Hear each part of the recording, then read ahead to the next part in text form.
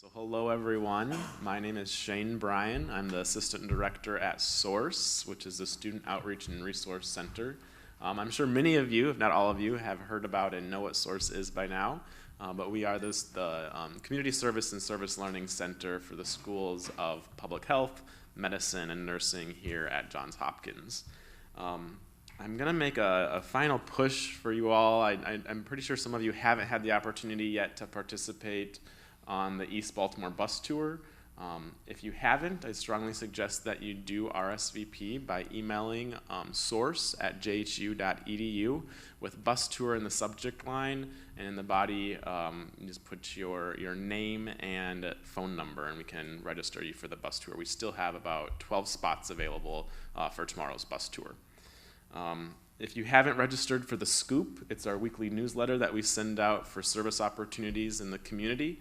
You can do that by emailing source@jhu.edu with register in the subject line, and we'll get you added to that. We send out the Scoop every Tuesday, so you can start browsing some of the opportunities that are available to you.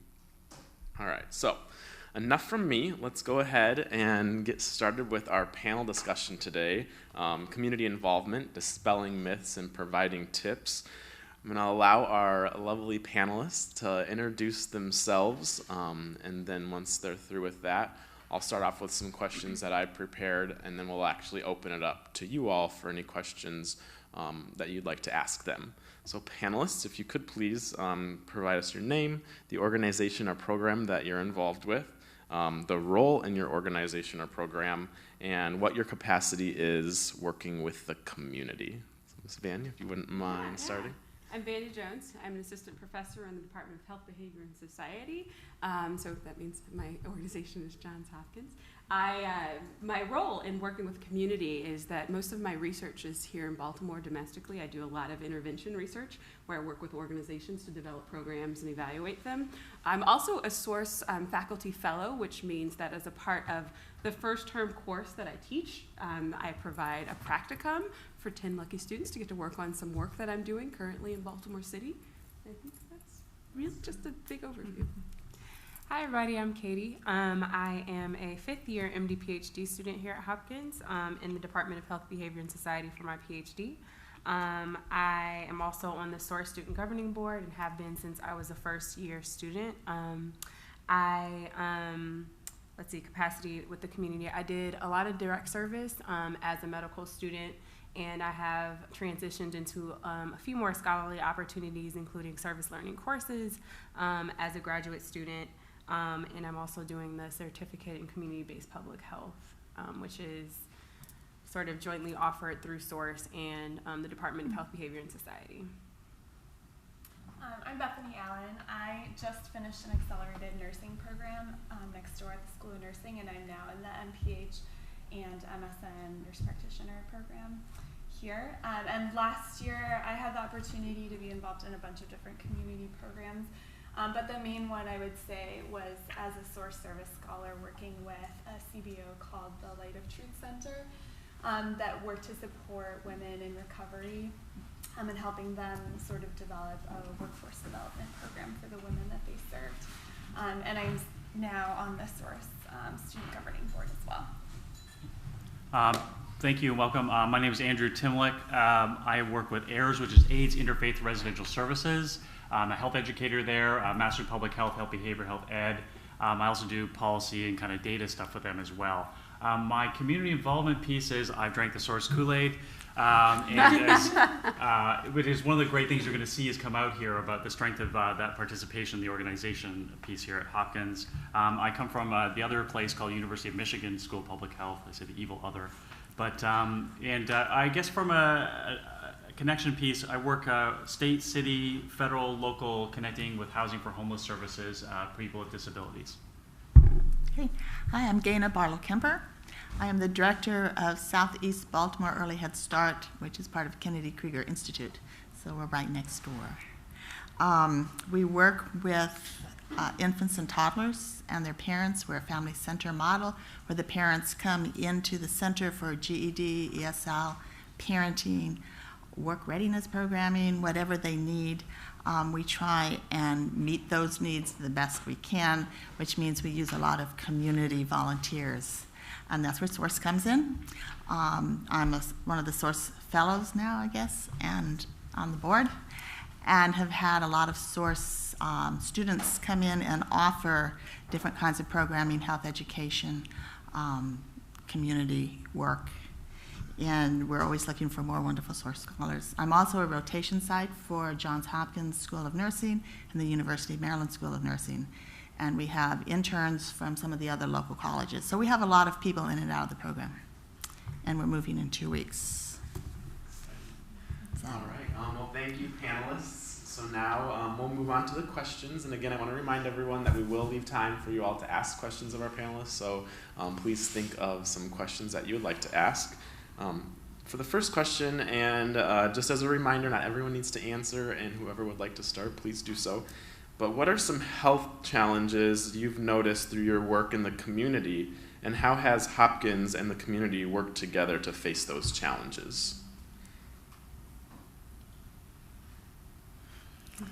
Well, speaking from my program, some of the challenges that we have, since we're working with infants and toddlers, we can find services for the infants and toddlers, but for the adults, it's harder. Maryland is very good in offering health care through the MCHIP program. So almost all of our infants and toddlers are covered, but the parents aren't necessarily, especially for mental health. And so mental health in East Baltimore for young families is one of the areas that we find it very difficult to find practitioners who can come in and help. And dental health, I would say, is another issue that we've come up against. I would like to offer, you all were all the same thing as peers and community-wise, but as a resident of Baltimore as well, not just as a practitioner or a health educator. I've lived in Baltimore for 8 or 9 years now, and Hopkins proper, all of its different campuses, Eastern, Homewood, here, that sort of thing, are all doing a lot more outreach and try to cross that divide. I mean, the elephant in the room, or the elephant in Baltimore, is Hopkins, right, and University of Maryland. And so I think they've actually made a very concerted effort lately to kind of address those kinds of things, talking about history, talking about involvement, talking about proper engagement, SOURCE kind of doing their outreach piece, things like that. So I just put that piece out there. And I'm not going to say a lot because I can ramble lots, but just to kind of percolate some ideas maybe. I think to have you consider public health broadly, and what I struggle most with my research is the issue of poverty. I mean, I think even talking about mental health and dental health services, a big part of a lot of the work I do is around youth violence.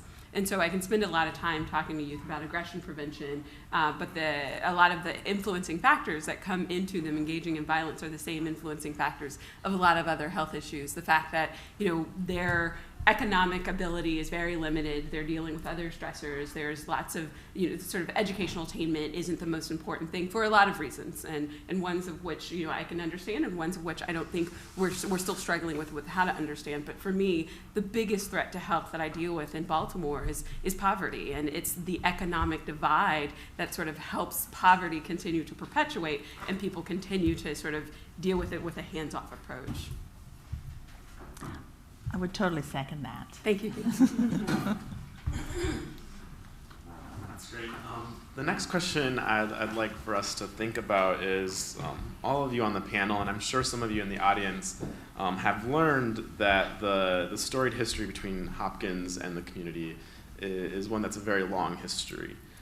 So keeping that in mind, how do you approach your partnership activities in order to continue down a positive path?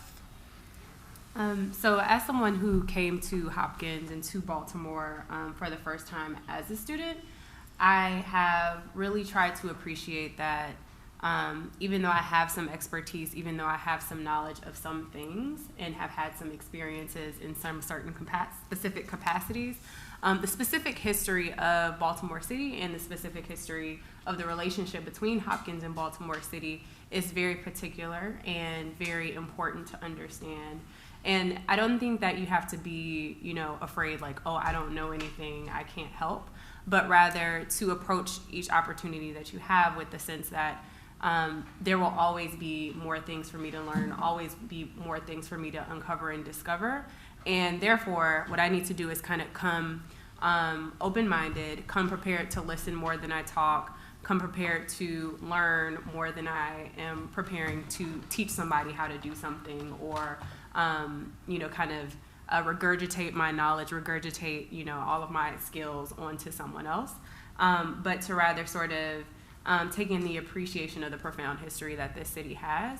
And when I've approached it in that way, I found that, I am better able to fine-tune my skills to be able to, meet the need that is being expressed, but also I'm able to see all of the strengths a bit more clearly, because communities, neighborhoods around Baltimore City, organizations around Baltimore City do have a lot of strengths that are sometimes undervalued and underappreciated, and often a lot of that strength does come from the history of organizations in the community, the history of individual people and their connections to the city, and that has also kind of translated into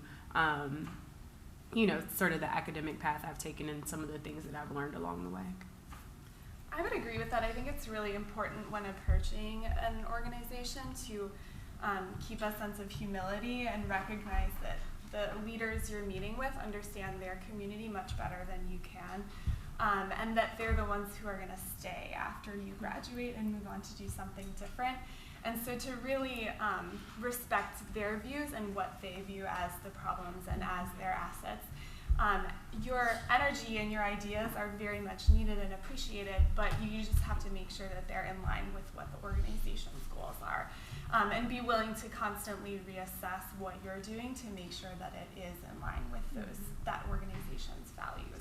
Because especially for this program, you're going to graduate in a year, and so if you really want to have a big impact and respect the relationship between Hopkins and Baltimore, you just have to kind of take their lead and make sure that you're putting their vision and their values first. And then with that, I would say too, it'd be unrealistic to think that you'll never encounter problems or miscommunications or misunderstandings. And I think that it's very important to recognize that while you're going to be leaving soon, and so it might not affect you much, to make sure to think about the fact that you're contributing to a relationship that's been in place for a while and that's going to continue after you, and to always pick up the phone and call someone if you think there's a misunderstanding, or just make sure that you're thinking about the sustainability of that relationship, not just what you're getting out of it, because I've seen that handled really well and I've seen it handled really badly. And Baltimore is a small town, and so one misunderstanding can do a lot of damage even if it doesn't directly affect you. Can I just finish this thought and then have the partners? Because Sure. I think this is a great segue to sort of the two thoughts that I had as we were sitting here thinking. One is the first thing I do is really acknowledge that I come with my own biases. I think everyone in this room, when you go out in Baltimore, when you come here as a student, you're dealing with your own biases. Take a minute just to consider what they are. Whether or not you decide you want to change them or you don't think they're invalid, that's totally up to you. But the idea is that you know that they exist. When I first came here, which was a while ago, I had thought, I'm African American. It's primarily an African American population I was going to work with. I am not from Baltimore, and people from Baltimore will tell you that. Yeah. And I had to discover what my biases were working with the population I was working with. Am I still struggling with them? Sure. Will I happily share them with some of you individually? Sure, we could talk about them.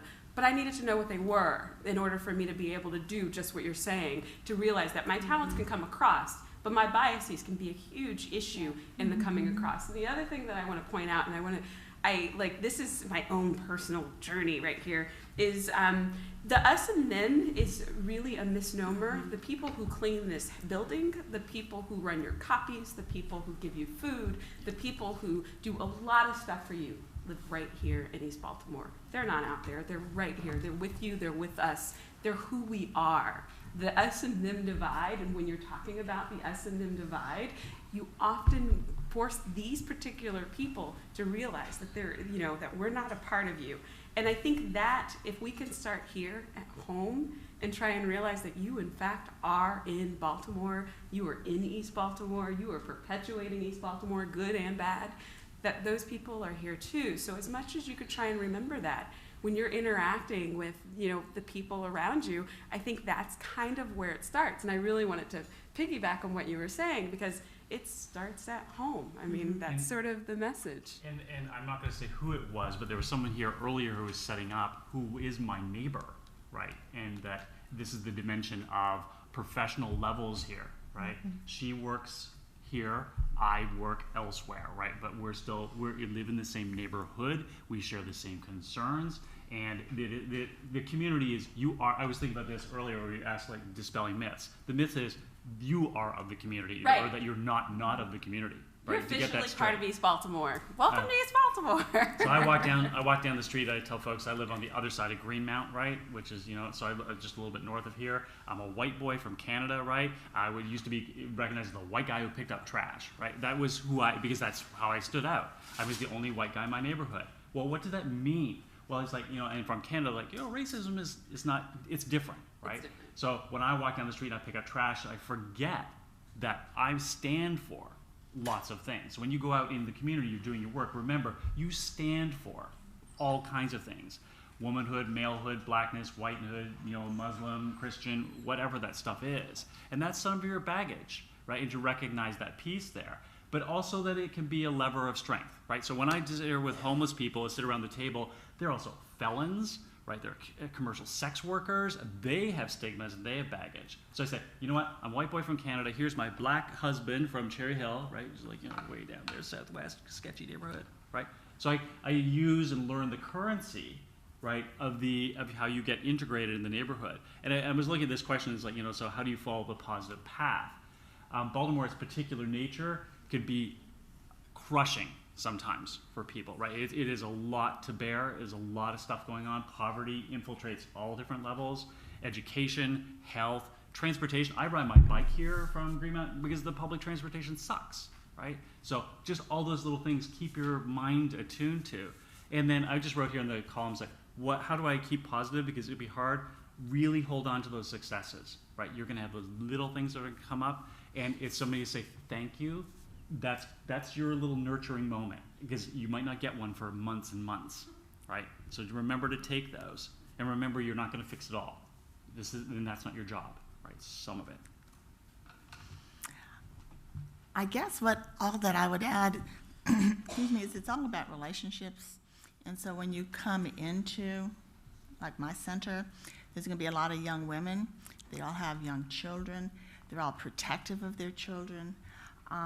They're going to want to see you as part of our family center and part of what we do. They're not going to want to be spoken down to. They're going to ask for help if they trust you, but if they don't trust you, they're going to leave you alone. So a lot of it is about, as you walk in the door, creating this relationship with the participants or the families that you're going to be working with. I had one young woman for a while in the center who was wonderful, nurse practitioner, knew so much stuff. She was giving presentations, but what she didn't realize was that she was using a language that none of the young moms understood. So we had to go over everything she presented to bring it down to a level where she wasn't speaking down to people. She was speaking with them in a language that they could understand. And she learned to do that, but she had to understand that she had, like you were saying, she had to be part of the community and the group she was working with. So I was doing HIV outreach at Coppin State, and so I said, well, and here's a female condom, and you can use this for, like, anal sex. And there's two women standing in front of me, they're about 14, right? And the one goes, what's he mean?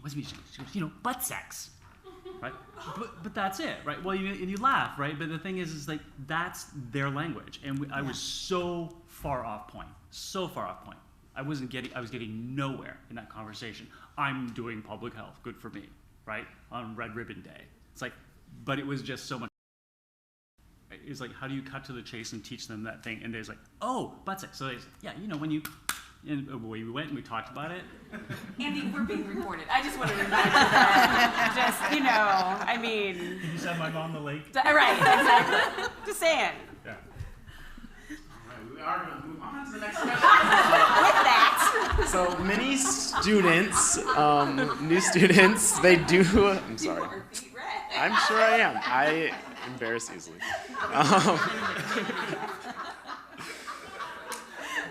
my presentation, Shane. All right. So many students do come to Baltimore with preconceived notions of what this city is. Media portrays us one way, The Wire. There's a number of reasons why people come to Baltimore with preconceived notions. So let's take this as an opportunity to break down some of those myths and debunk them about the work that we do in the community. So what are some things that you all know people think about Baltimore and they're just absolutely false? I have heard a lot that all your participants want is what they can get for free. They don't work very hard. And that's so totally wrong, because the folks who are coming into my center in particular, and in many of the others, are working very, very hard. They're working harder probably than others who are making a lot more, because they're the ones that are trying to come to class, to learn, to take care of their family, and to work all the shifts that no one else wants, and to have to go in at terrible times where they're walking at 2 in the morning from their neighborhood in Perkins Homes all the way down through Fells Point to the Royal Farms to do their shift, and then afterwards walk back, then have 2 hours to sleep when their children wake up, and then come to class. So think about if you would feel, how you would feel if you had that life and you had to do that, but they're doing it. So I would say that our clients, our participants, whatever we call them, work very, very hard to try and make a better life for themselves, but it is exceedingly difficult to do. There's the murder of the young girl, the 3-year-old, happened 7 blocks from where I live. And the myth for me about that would be that the community doesn't care, or the community has nothing to give, or has no response to that. There was a vigil, but it's more than that. I mean, I hear outrage in my neighborhood. I see political galvanization. I see people standing up for what they want, what they believe. That, you know, I was driving my bike down Washington, just north of here, right? And you get to this kind of canyon abyss kind of stuff. You could see the commercial fall away and things like that, and the row houses, and some are boarded up. But out front, one of them was a bunch of bags with label on them for veterans pickup, right? A donation. Here's a neighborhood that looks like it has nothing, you know, when we see it from the outside, but they clearly have something to give, right? And I left just this morning putting my stuff out for Purple Heart, right? So we're not different in that kind of way. And I think the myth is that they have nothing to give, nothing to offer, no resources to share, no energy to devote. And I think that's really a poor misnomer. My young parents are probably share more of what they have than families of higher means.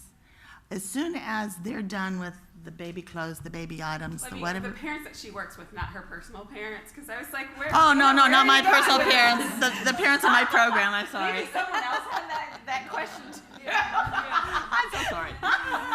We're still having babies. Everyone in my program are young parents.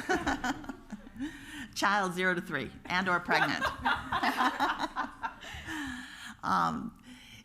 They give it away. They don't hoard it. They don't keep it. They see someone else in need. They bring it to the center and they give it. This is for, they might not even know the mom, but this is for, you know, Annie's mommy because she's pregnant again and she needs this.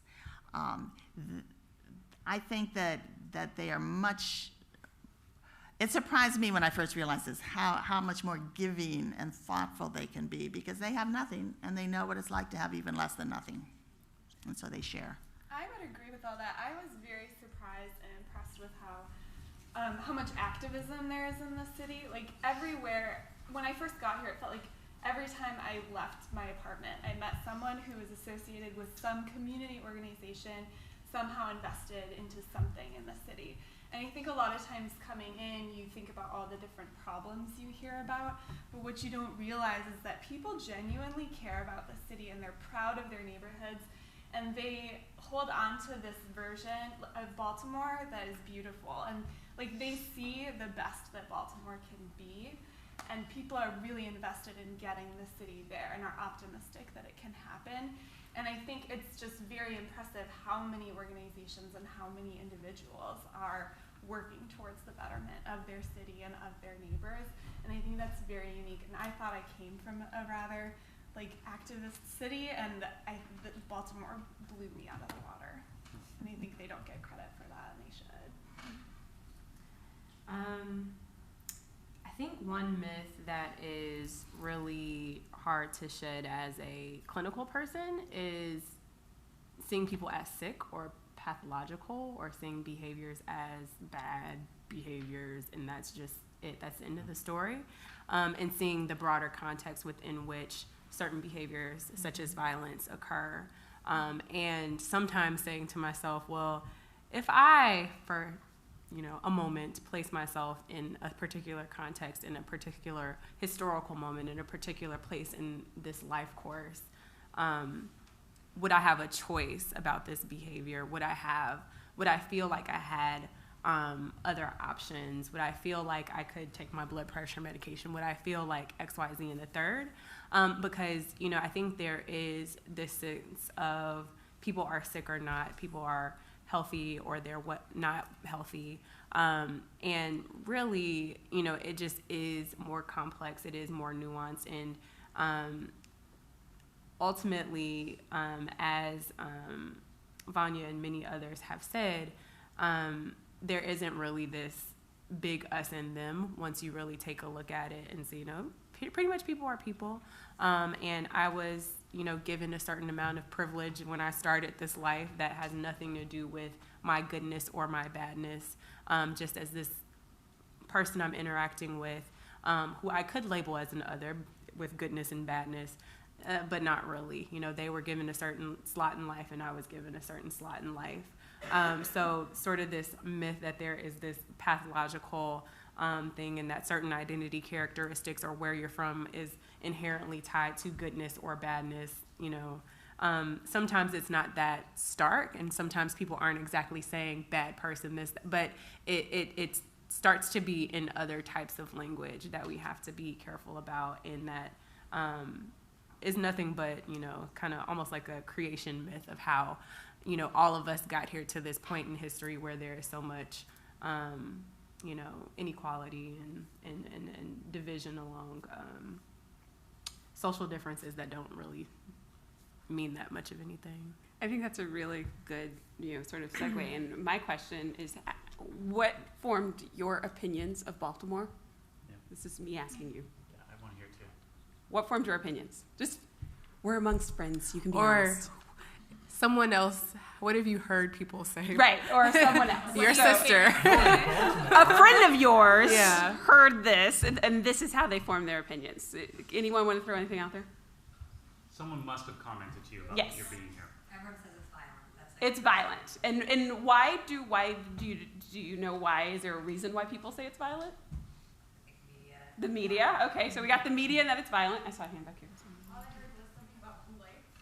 Blue lights. All right. So I have no idea. you don't know what the blue lights are? Okay. We can address the blue lights. I mean, the statistics on violence that I've heard are really stark. I mean, at various times, I don't know if it still is, it's had the highest per capita murder rate and just the absolute number of murders for any city in the United States.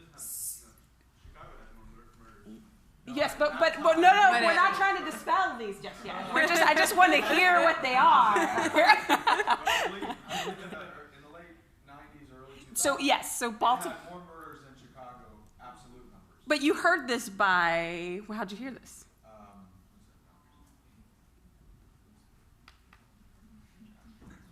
I like that there's a conference. Oh, Okay. the health Okay, commissioner. so you heard some a talk or some published information about the crime rate and the, Talking about, okay, it was number one in syphilis at various times. okay. It's So been you've called the heard some dirty city. history on, sorry, Someone over here. there's another Blue comment? scarf? Young lady. Did you have it? Yeah. Sure. All right. Since I was coming from Nigeria, I heard there were lots of blacks, so I was happy.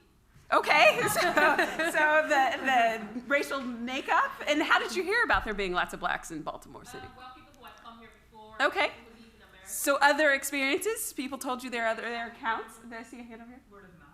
word of mouth, so other experiences. Nobody said The Wire yet. Yeah.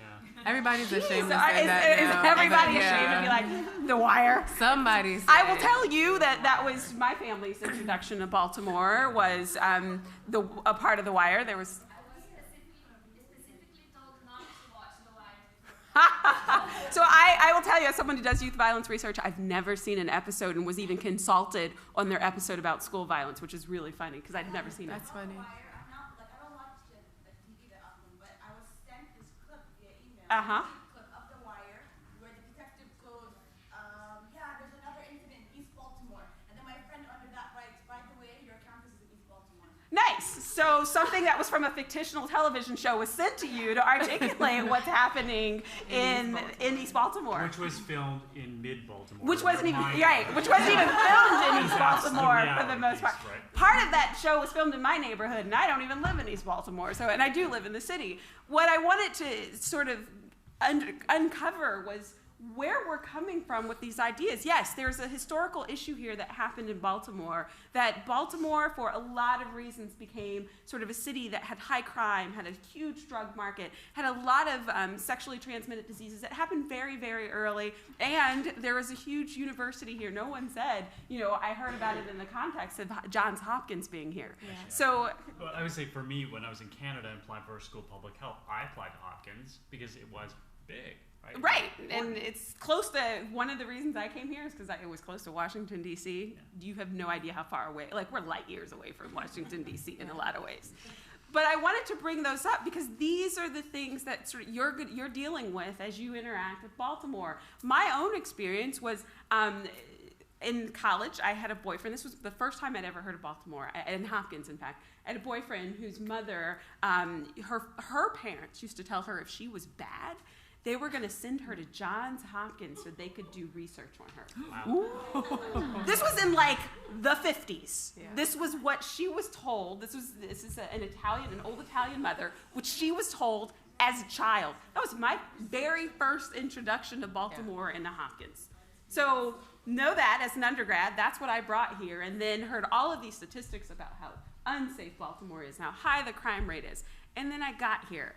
And then I discovered that there are great people here doing great things. And I'm bringing this up not to sort of dispel myths, but to help you articulate what those myths are, and that The Wire, in fact, was just a television show. It was fiction. It was like The Simpsons. Springfield, I don't know if anyone's been to Springfield, either Illinois or Ohio. Doesn't look like what The Simpsons has going on. It just so happened to be that that's what The Wire was. And so I wanted to bring that up to say that there are some truths. We are in an urban city with a lot of problems, but those problems are ones that socially are constructed. If you take my class, we'll talk a little bit about that. And there are problems that are historically constructed and are born in sort of biology and other economic levels. I think being an international student, the internet has very, very confusing Yeah. information. I used to be in Newark, New Jersey, and that's a really bad area too. Newark has its issues. I think Newark is more dangerous than Baltimore, in my opinion.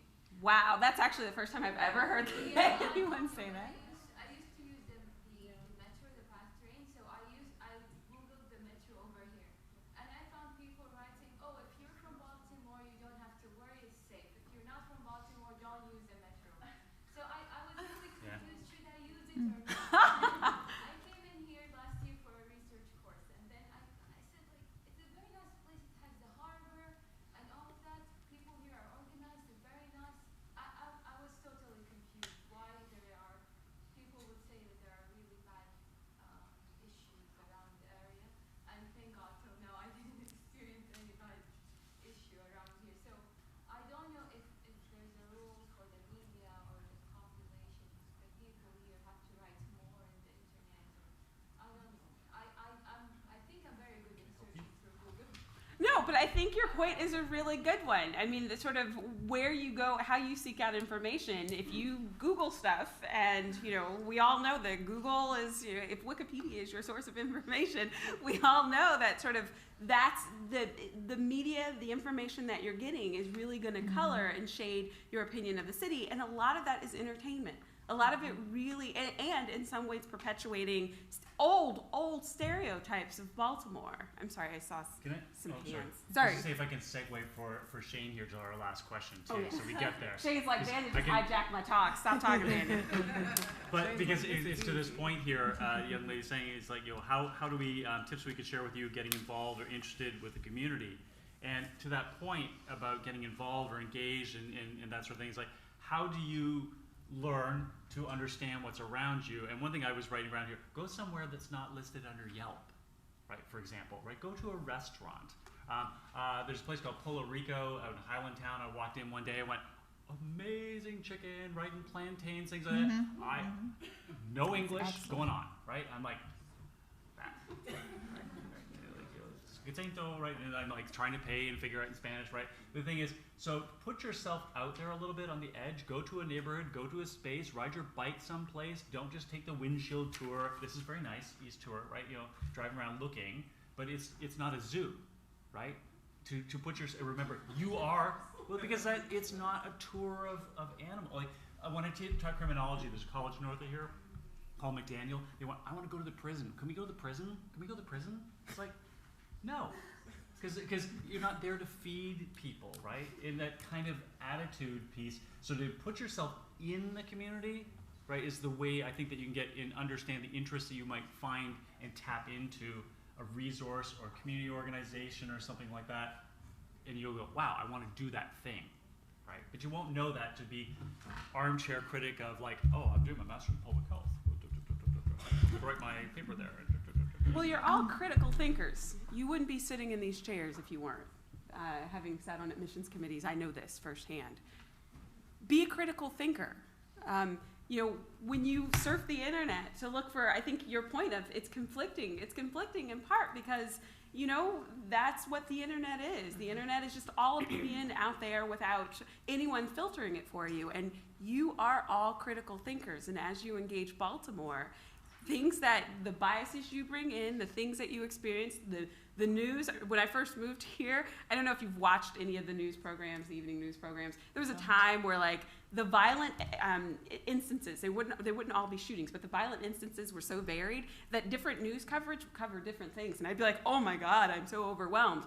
But then I realized, you know what, if this is how I'm choosing just to interact with my city, I'm not really going to get to know my city. I need to be more critical about the information I put in. Not unsafe, not sort of willy-nilly and, you know, bright-eyed and bushy-tailed, but critical.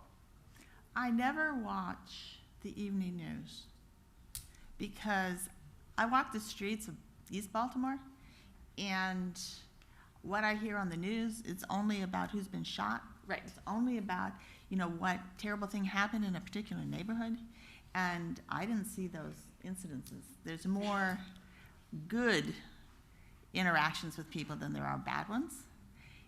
And understand that Baltimore is made up of neighborhoods, and they're very close-knit neighborhoods. So you'll be going from one block to the next and not even know that you've left one neighborhood, and the people are going to be tremendously different. I had a young mom years ago who lived in Highlandtown, and she came to me and said, I can't keep coming to class because this gang of girls she was pregnant, is going to beat up on me. And so I have to leave. So I'm thinking she meant leave and go to the other side of Baltimore. I was new in the city at the time. And I said, oh, okay, yeah, because she's saying they're going to chase me with baseball bats, whatever. Okay, so a few days later, I'm walking out in the community and I see her. And I said, I thought you left. She said, I did. I said, you did? She says, yeah. I'm now living 2 blocks over here. She felt absolutely totally safe 2 blocks down away because the girls who were threatening her lived 2 blocks down that way. So you won't know when you're leaving one community or another, but it's out there and the people know that, and it's very interesting. So it's something you might, you know, really take into account. Highlandtown, Canton, Butchers Hill. We're moving from Canton to Butchers Hill. My staff is a little leery because they don't know Butchers Hill, but it's just as safe as any other. It's just closer to Hopkins. And housing homeless people have had to learn that if you're going to house a homeless person who lived in a neighborhood, you can't just move them someplace else. No. That's different. That's the reality for them. That's right. You don't give a Section 8 voucher to someone and say, here, now you can go live over there. Well, they're not going to go live over there because their whole life is in East Baltimore. So it's maybe a big city, but it's really a very small town. and people stay in their neighborhoods. They don't want to leave them. That's very true. I wanted to open up, we don't have a lot of time left, but I do want to open it up for the students to ask questions. So if anyone has a question, yeah, in the back. If you can be loud, and then we'll repeat the question down here so we can get it on the recording. I just wanted to ask a question regarding the locals. It's weird because I realize that the people that try to scare you the most, or they tell you these bad things about Baltimore, they're born and raised here. And the people that tell you no, it's safe, it's not as bad as they say, there are people that just recently moved here or like have been living here for like 10 years. And I realize, why do all people, like the locals, they try to scare people about Baltimore? Do they like that bad image it has? I don't know what it is. It's like they don't want things to change. The question is why she feels, why do the locals, or the interaction with the locals that she has been that they've had a very negative portrayal of Baltimore, and that many of the people that she's interacted with that has said positive things are people who haven't lived here all of their lives. I just would pose the question, is that an experience that everyone shares? Because I would say that that hasn't really been my experience. I'm actually surprised to hear. Yeah, I think that I've had the reverse experience, that people who aren't knowledgeable and who aren't from here have told me scarier things out of their ignorance more so than out of their being here. That's what I would expect. Right. I've been here for like 2 months now, 2 months and a half, and that's I mean, like, people from Baltimore are telling me, yeah, just be careful, and just, Which people from Baltimore? No, it would say in 2 months, and this is what I mean. It's like to what degree is your network the locals proper? yeah, I don't know, people, for example, coffee shops or like people that live in the same area, you know. So my original thought when you said that was, I think the part of one struggle that I think not unique to Baltimore, but to any community that has a long storied history of either violence or other issues, is just that. When you grow up in it, your experience of it is long and sort of varied. And the level of changing that or seeing that change or experiencing that change can often be a little challenging because your perspective of which you're operating from is from this storied perspective, as opposed to someone who came from the outside and can see the changes. So in some ways, not to discredit your experience or the comments of the people that you've encountered, isn't that they haven't experienced the changes, but their perspective of which they're operating from could be a part of this history. And I will tell you, Baltimore and Hopkins has a very distrust, mistrust, huge violent history. And if that's the experience and from which they're talking from, that's very true, and that's not to be negated. But it's also not to say that the positive things that are happening and the changes that I think everyone's talking about, that has been happening over years. I think the city's getting a handle on it. We are definitely at this institution trying to take responsibility for our role in it, isn't something to negate. So some of what you're saying is probably accurate in the way people are experiencing it. But that's a greater perspective that we will struggle with. It didn't get here overnight. It's not going to be solved in the next day or century or so, but it will get there. And I think your experience and who you choose to be in East Baltimore will make that, better, worse, indifferent, but that's for you to decide. One final question. And you can come talk to us after if you want to as well. So when I first moved here, I was excited to move here. I only had not only good impressions, but I was excited about it. And I felt like as soon as I came to the Mid Students Day, immediately I started hearing Baltimore's not that bad. And the whole dialogue was it wasn't like Baltimore's wonderful. It was more like, let's dispel these myths about Baltimore. And in my opinion, that kind of Makes you wonder. people on Yeah. Baltimore, I think it is important to do. And I understand, the importance of Hopkins acknowledging its long history with Baltimore, but, at what point do you think, first of all, how damaging or how potentially damaging do you think this current dialogue that is going on about Baltimore, is it a problem? And second, at what point will that be able to change to more asset-based, I think you have to look it in the face first, and then address and move forward. And then that's just my little thought. Oh, yeah, I agree with that. I think if you ignore the tension that has existed, then you have the potential of making mistakes that could have a bigger impact than they would. Like if you assume it's just like any other city and you don't recognize the relationship that Hopkins has had with its community or the myths that exist about the city, I think it's kind of, I think it's kind of like recognizing your own biases. I think you have to recognize like thoughts about the city or the history of the city in relationship to Hopkins in order to better function within the city.